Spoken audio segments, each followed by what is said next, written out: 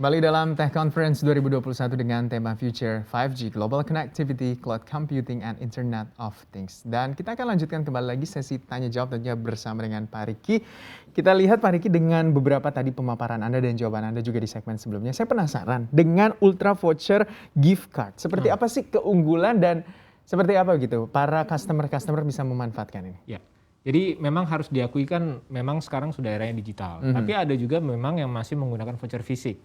Nah kita ada yaitu Ultra Voucher Gift Card seperti ini. Dan yang menariknya lagi di sini, ini kita bisa custom logonya. Oke. Jadi bisa dibikin logo bank, logo perusahaan X, bahkan bisa dibikin logo kita sendiri atau logo temen yang ulang tahun. Jadi kita kasih ini sebagai hadiah ulang tahun atau sebagai hadiah untuk pernikahan.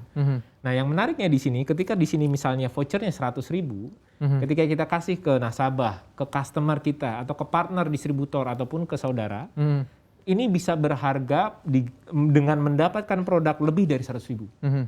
Misalnya, ini saya tukar ke Häagen-Dazs misalnya. Ini saya bisa mendapatkan voucher dengan 100.000, bisa mendapatkan produk Häagen-Dazs hampir setara dengan 200.000, hampir 2 kalinya. Oke. Nah ini yang sangat menarik sehingga masyarakat pasti senang mendapatkan ini. Dan perusahaan yang memberikan hadiah ini bisa dibikin logonya, logo mereka. Nah selain daripada itu, kita selain memberikan voucher, kita juga memberikan big data. Big data yang memang secara granular ya, transaction data, di mana ketika ini misalnya ada customer kita perusahaan semen atau perusahaan susu, dimasukkan ke dalam packagingnya, yang sebelumnya mereka menjual ke modern trade, mereka pasti ada data sales kan, revenue-nya. Tapi dengan menggunakan data ini, ketika saya buka susu misalnya, oh saya pakai dan saya gunakan gitu ya. Perusahaan susu tersebut bisa mengetahui ternyata secara demografi customer-nya itu banyak di daerah Semarang loh. Atau justru dikit di daerah Kota Makassar. Dan ketika di Kota Makassar ada yang beli, kebanyakan itu belanjanya adalah di daerah yang misalnya shopping center mana gitu ya. Nah artinya ketika nanti perusahaan susu tersebut mau masuk ke dalam Makassar, go to market yang mau ditingkatkan, mereka akan masuk ke segmen kota tertentu, daerah tertentu atau shopping center tertentu, dan behaviornya misalnya kebanyakan yang membeli makanan, jadi kerjasama lagi dengan perusahaan makanan atau perusahaan shopping, dan ini menjadi bahan Ultra Voucher Gift Card ini menjadi bahan untuk strategi business making atau decision making mereka. Jadi selain ini juga bisa branding, customer nasabah yang mendapatkan ini mendapatkan value lebih besar dari vouchernya, dan kita memberikan big data kepada corporate customer-nya. Berarti bisa dikatakan saling menguntungkan satu sama lain, apalagi yang B2B business to business begitu ya Pak, karena bisa mengetahui habit customer dari perusahaan tersebut ketika memberikan voucher atau memberikan ultra voucher gift card ini. Tadi juga Bapak menyinggung soal big data begitu. Banyak mungkin yang bertanya juga, ini salah satunya Lia di Bogor. Saat ini masyarakat itu takut soal ya cybercrime begitu ya, seperti jual beli data dan juga seperti apa sebenarnya ultra voucher melihat hal ini Pak? Betul. Jadi memang yang pertama seluruh pihak, seluruh stakeholders dari merchant dan corporate customer yang memang kita kerjasama itu pasti ada kerjasama, ada agreement, dan ada juga perjanjian kerahasiaan atau non-disclosure agreement. Dan salah satu faktor yang juga kita mindset adalah penjagaan dari sisi data. Yang paling pertama personal information itu udah pasti, mandatory kita tidak expose dari sisi personal information. Tetapi dari sisi behavior, transaksional, ini adalah sebuah decision making yang bermanfaat dari sisi corporate customer. Dan juga ini menjadi manfaat bagi si merchant itu sendiri. Karena merchant juga dapat melihat, oh outlet yang banyak tuh ditransaksi di daerah Surabaya loh. Surabaya di mall yang ini loh. Atau di Jakarta daerah mana yang banyak loh. Dan kebanyakan daerah situ misalnya ada juga yang banyak orang yang belanjanya untuk makanan yang seperti ini. Sehingga dia juga bisa understand bahwa memang ini bermanfaat dari sisi bisnis dengan tetap menjaga personal information dari customer. Jadi itu tetap kita jaga. Tetap dijaga, jadi Anda sebagai customer begitu tidak perlu ragu begitu dan juga khawatir tentunya. Yang menjadi pertanyaan juga Pak terkait dengan untuk produksi voucher, distribusi, terus penyimpanan stok voucher seperti apa sih sebenarnya Pak? Ya, jadi kalau bicaranya voucher kan ada dua, fisik dan digital. Kalau fisik itu common lah, mirip seperti security perbankan lah. Ada brankas, ada apa, security CCTV dan sebagainya. Nah secara digital kita juga menggunakan extra security layer service. Yang tadi kita bilang ada encryption model, terus ada hashing, terus juga berbagai macam security factor yang kita gunakan, yang bahkan dari internal tim kita sendiri pun tidak bisa mengekspos atau mengakses data dari voucher tersebut. Gitu. Nah itu yang sebenarnya membuat kita menjaga bahwa security itu sangat penting sekali. Jadi dan ditambah lagi kita juga bekerja sama third party yang menjadi konsultan security yang membantu kita untuk mereview dan mengaudit dari sisi secara sistem teknologi kita.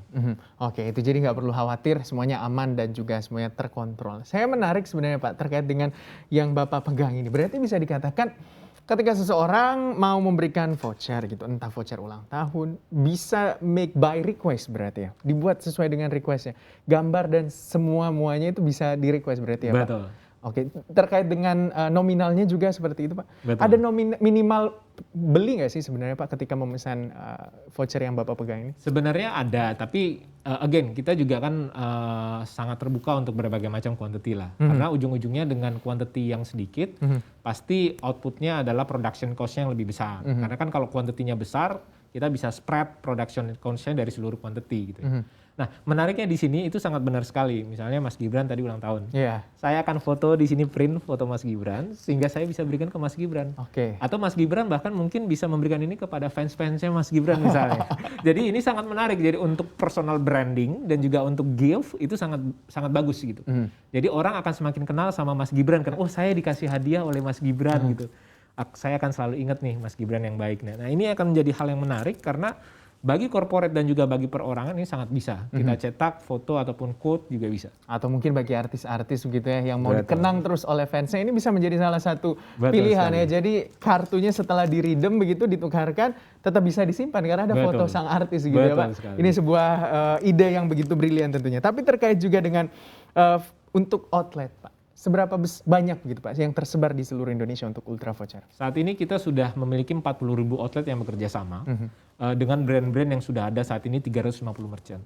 Tapi artinya kita juga nggak mau langsung puas gitu. Artinya kita selalu mau bertambah dan terutama kita juga mau masuk ke tataran atau market UMKM. Nah itu seperti apa Pak gambarannya? Betul sekali. Jadi tadi kan kita sempat share bahwa ada beberapa produk tambahan lah ya. Nah, jadi nanti yang kita keluarkan produk tambahan itu adalah yang bermanfaat bagi UMKM sehingga mereka juga bisa mendapatkan manfaat. Member-member kita yang memang bertransaksi di aplikasi Ultra Voucher juga bisa menggunakan di misalnya coffee shop apa atau misalnya makanan warung apa dan sebagainya yang bermanfaat bagi mereka. Dan bahkan ketika mereka dengan beberapa term and condition mereka mau membuat voucher sendiri bagi mereka, kita bisa buatkan. Dan ini juga kan pasti akan menjadi manfaat bagi branding si UMKM tersebut. Iya. Jadi seluruh pihak pasti akan happy, baik UMKM dan juga masyarakat menambah market atau outlet yang 40.000 pasti akan bertambah lagi. Ya karena kita ketahui bahwa untuk UMKM sendiri kurang lebih 60% menopang PDB Indonesia. Jadi untuk market dari UMKM sangat besar, otomatis juga potensi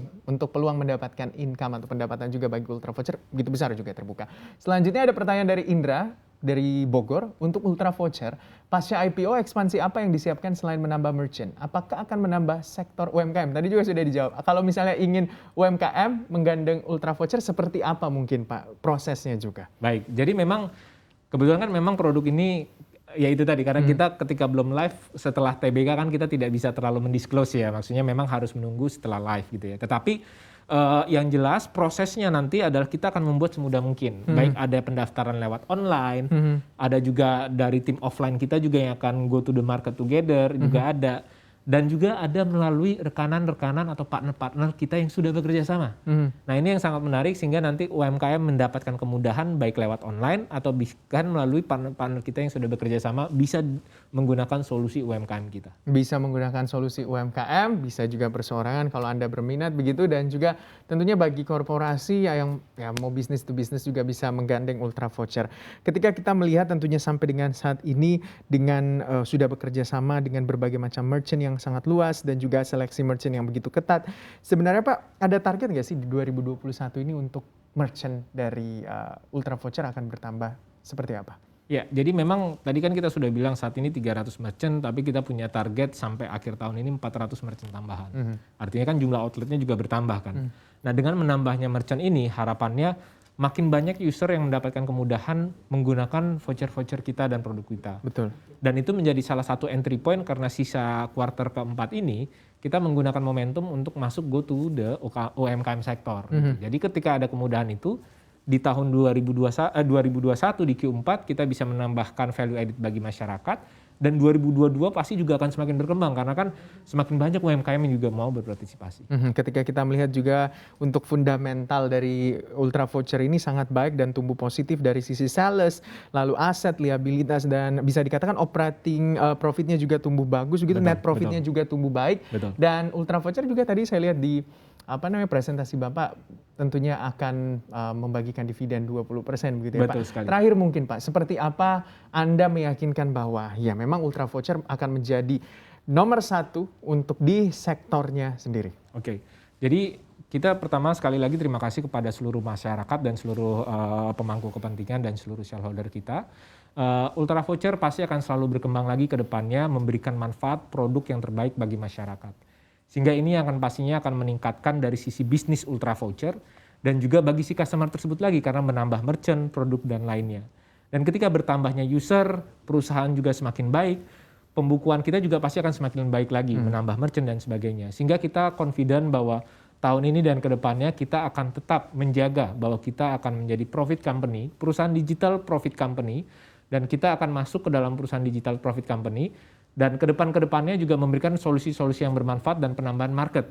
Sehingga nanti bagi masyarakat yang membeli produk mendapatkan manfaat, bagi pemegang saham, shareholder kita juga mendapatkan manfaat dari perkembangan investasinya, dan juga nanti kita juga ada yang namanya dividen kepada masyarakat. Sehingga itu yang tadi kita bilang, ini adalah perusahaan anak bangsa, dimiliki oleh masyarakat, oleh bangsa, dan kembali lagi manfaatnya dirasakan oleh para bangsa juga. Betul sekali.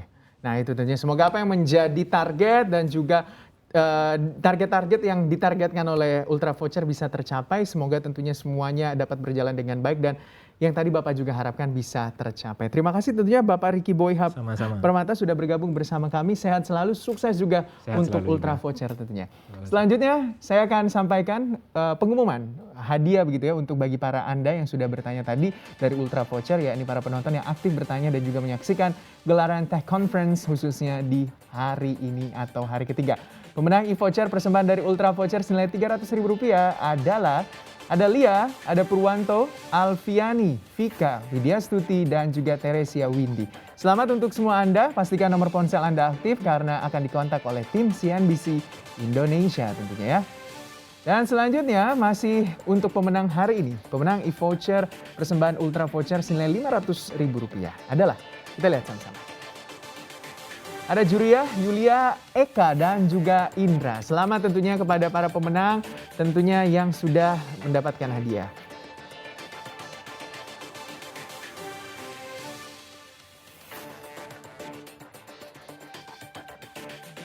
Dan tentunya ini yang berhasil mendapatkan grand prize e-voucher senilai Rp1 juta. Selamat kepada Ridwan Adlina.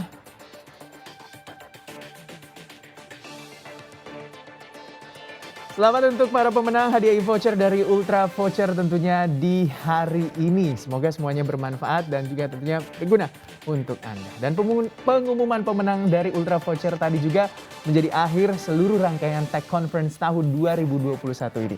Persembahan dari CNBC Indonesia yang didukung oleh Huawei Cloud, Alibaba Cloud, PT Telekomunikasi Indonesia Persero Tbk, PT Bank Negara Indonesia Persero Tbk, PT Linknet Tbk, PT Smartfren Telekom Tbk, PT Trimegah Karya Pratama Tbk, The Bio Network, dan juga Asus OLED. CNBC Tech Conference akan kembali hadir pada tahun 2022 mendatang dengan tema dan juga para speakers yang tidak kalah menarik.